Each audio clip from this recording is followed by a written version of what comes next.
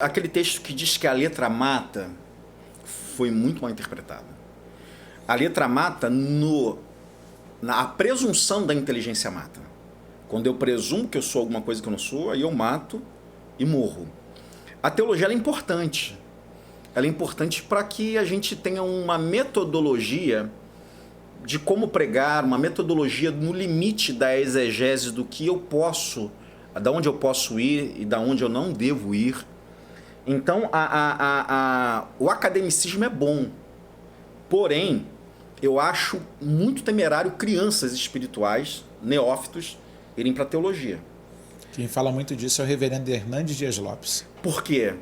Porque a teologia que te aliena da dor do próximo, ela é diabólica. Porque a gente está com a mentalidade na teologia, mas a gente não está com a mentalidade no nosso entorno. Então é importante essa pessoa ela ser experimentada na sua comunidade local. Ela ser traída na comunidade local.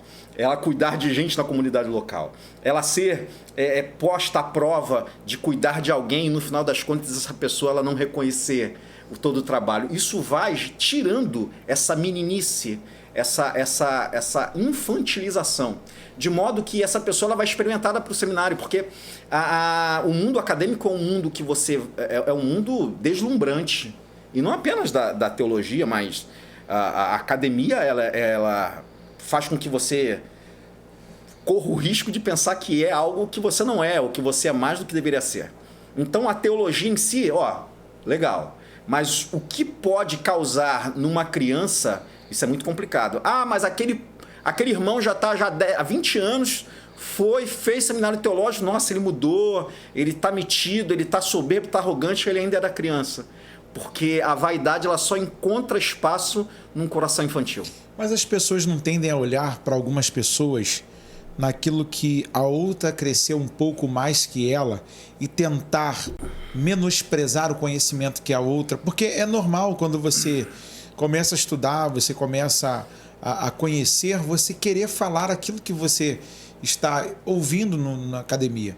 Eu lembro que uma vez um pregador muito feliz, pregadorzão mesmo, ele começou a estudar e ele ouviu lá a pregação do Marco Feliciano, que o Moisés e Elias apareceram lá no monte para Jesus e rapaz, ele colocou Moisés na terra prometida e tal. Aí o cara veio para mim: Paulo, preguei na minha igreja, arrumei maior confusão.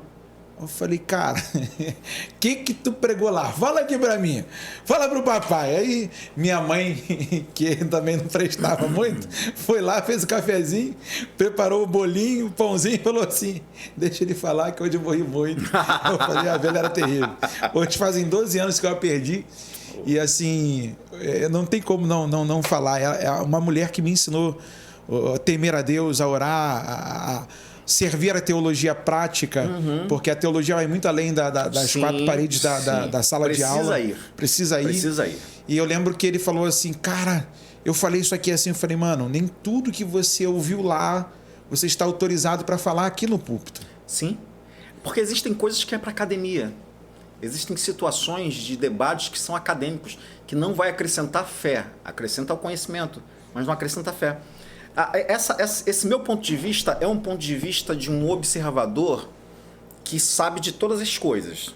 Eu falei em tese, de alguém que vai para o seminário e aí por conta disso ele vai descendo. Porém, como você mesmo trouxe, existem pessoas que não vão e que ficam com inveja de quem vai. Então, o mais importante é, se você está caminhando para um seminário teológico, fazendo faculdade de teologia, é importante que você saiba quem você é, para que você não seja uma reprodução de Calvino, uma reprodução de Armínio, uma reprodução de quem quer que seja. Porque aquilo que Deus quer operar a partir de você é original. Deus te colocou aqui nessa terra para que você cumpra um propósito original. E não seja uma caricatura de um teólogo. Que você coloque para fora a essência que Deus colocou dentro do teu coração. Eu estava no Rio e o judeu estava comigo. Aí falou de um texto lá em Êxodo capítulo 14. 12, Êxodo capítulo 12. Aí ele falou assim, não, porque os cabalísticos dizem. Aí o pastor da igreja, para. Que é isso aí? Cabalá é macumba. Você lembra dessa, Reinaldo? Rapaz. Mas é porque o conceito é vivo, né? Arrancaram o quipá do judeu, quiseram tirar a barba do judeu. Mandaram tirar a brasa que estava queimando o cordeirinho lá atrás para assar lá a Páscoa. E uma das coisas que a gente teve que se explicar lá, né, pastor Reinaldo? O que era Cabalá, o que era o pensamento cabalístico. E graças a Deus ele é um camarada muito inteligente, mas tem hora que escapole assim, não é nem por querer às vezes, tá no entranhado de quem dá aula. Olha, eu, por exemplo, eu tenho muita dificuldade, eu já melhorei bastante, com alguns termos de difícil compreensão. Então... Eu acho você bem rebuscado na sua linguagem. Pois lembra lá no grupo? No grupo era terrível. Tinha hora que o senhor falava, a gente ia pro Google. E eu vou te falar, pastor. Rapaz, caraca, meu irmão. O cara tá... há não sei quantos anos luz lá na frente, a gente aqui assim, e o outro lá, com um garfinho do lado, falando assim, viu, você não estudou? Eu ficava lá em casa, aí ficava assim, viu? Eu sei o que ele tá falando. Eu falei, então fala aí. Não, peraí que eu vou dar um Google aqui. Mas sai naturalmente. E eu tenho cuidado, sofri bastante. Sofri porque gente que me ama falou, olha, não há nenhuma dificuldade de você pregar dessa forma, mas explica. Não atropela. Percebeu que você... para jovem também. Prego. O jovem se amarra. Sim. Mas você falou alguma coisa que você acha que não é de conhecimento do povo? Volta, explica. Então eu estou tendo esse cuidado de ir, voltar e perceber. Porque eu não sei se foi para mim a bênção ou não, eu era gago. Era. Muito gago. Então, sério, igual Moisés? Pesado de língua? Fala de Moisés. A gente veio brincando de aqui glossa. Se o reverendo estivesse aqui agora, ia falar assim, era glossolário.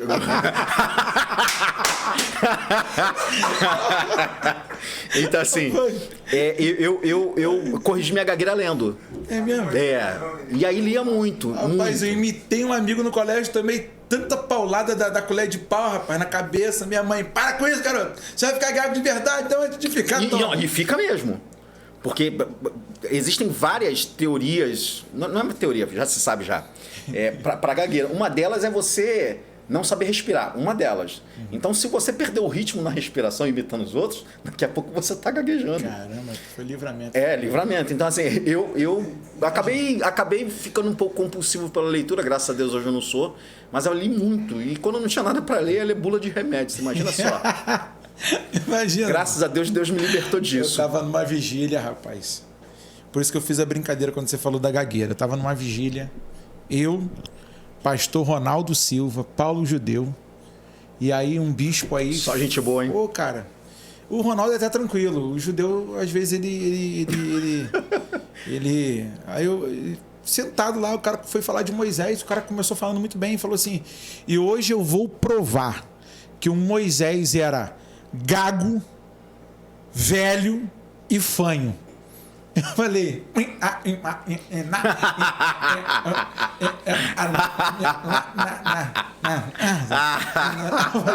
caraca, eu falei, que delírio desse pregador. O cara falou que a glossa ali era o cara ser gago e fanho. Eu falei, aí o judeu, vamos embora dessa vigília. Mas você percebe assim como a presunção da inteligência... Pra quê? O que isso vai acrescentar? O fato é, ele tinha uma dificuldade. Sim. E aí Deus operou o milagre. Mas as pessoas querem ir na medula, querendo reinventar a roda, querendo descobrir...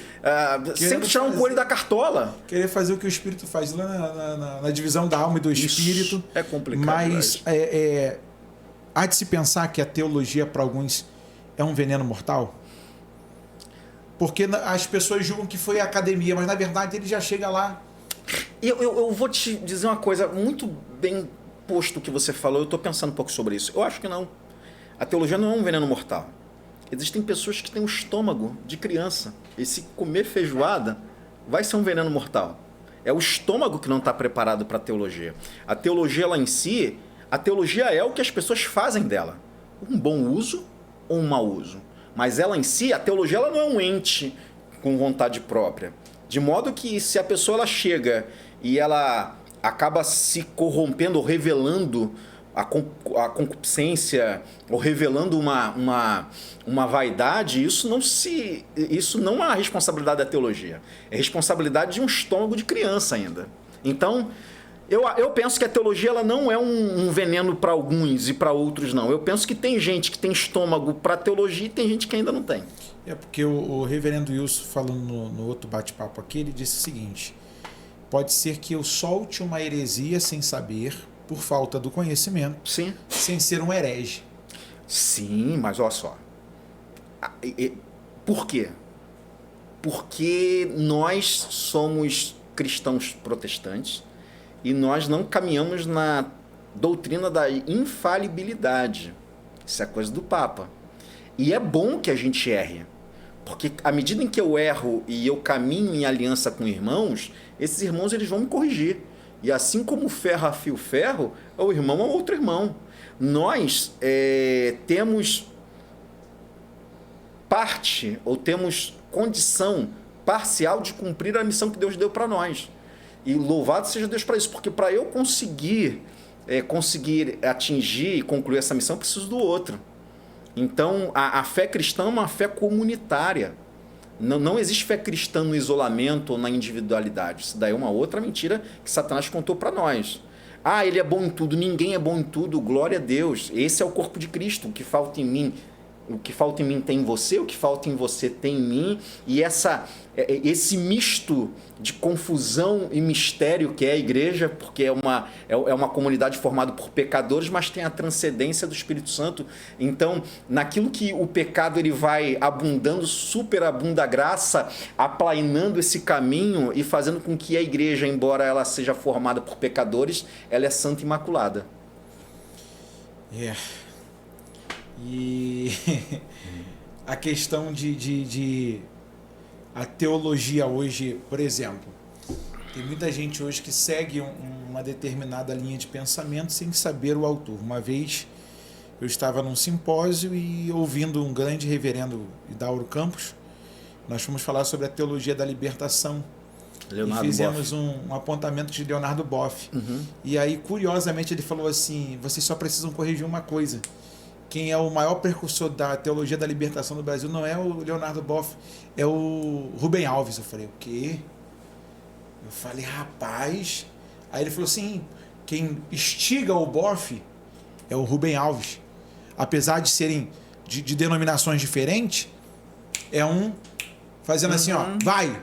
E vai pilhando o outro. Então, às vezes a gente chega na igreja e é um perigo. Isso eu vi na itinerância. Por exemplo, eu vou lá na comunidade, ou eu vou lá na quadrangular, ou eu trago vocês na assembleia e eu não consigo estudar o ambiente. Por exemplo, esse dia eu estava com um amigo que ele falou assim: cara, passei mal vergonha. Eu falei, o que foi? Pô, não tinha percebi, mas fiz. Vi que a igreja não batia palma. Na hora que eu peguei o microfone, bate palma e dá glória a Deus à igreja. Cri, cri, cri. E o cara olhou pro pastor, aí olhou para a igreja, aí o irmão, toca o barco. Aí ele, vocês estão no costume do fariseu? Eu falei, piorou, irmão. É porque ele poderia no meio falar bem assim, muito bem, pensei que vocês fossem escorregar, hein? Ele não tinha essa pegada, como diz a galera. No mundo a gente fala assim, malandragem de você captar o ambiente. O Frei Beto diz que quando você pisa no local, parte do ambiente que você pisa, ele te contagia. Sim. É o que Isaías vai dizer. Eu habito no meio de um povo de impuros lábios, por isso eu tenho os lábios impuros. E aí, às vezes, a gente chega no púlpito da igreja e faz uma teologia totalmente avessa, né, aquilo que se crer naquele ambiente. Como é que o senhor enxerga isso? Eu acho que a gente precisa ter respeito, acima de tudo. A gente precisa estar num ambiente em que a gente leve em consideração as pessoas que estão à nossa volta. Isso não significa negociar ou prostituir a mensagem.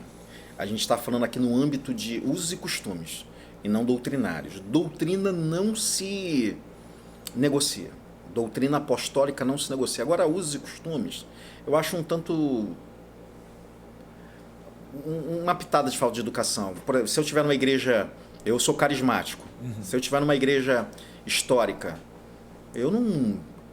questão de falar em línguas...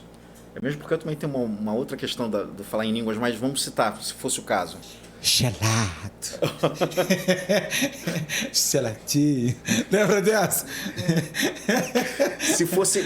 Eu acho que seria um desrespeito, porque eu já vou com conhecimento prévio que para aquele espaço não cabe. E se eu sou um pastor reformado e vou para uma Assembleia de Deus, vou para uma igreja pentecostal, eu não posso chegar lá e falar mal das línguas. A gente precisa ter um mínimo de educação sem negociar a doutrina apostólica.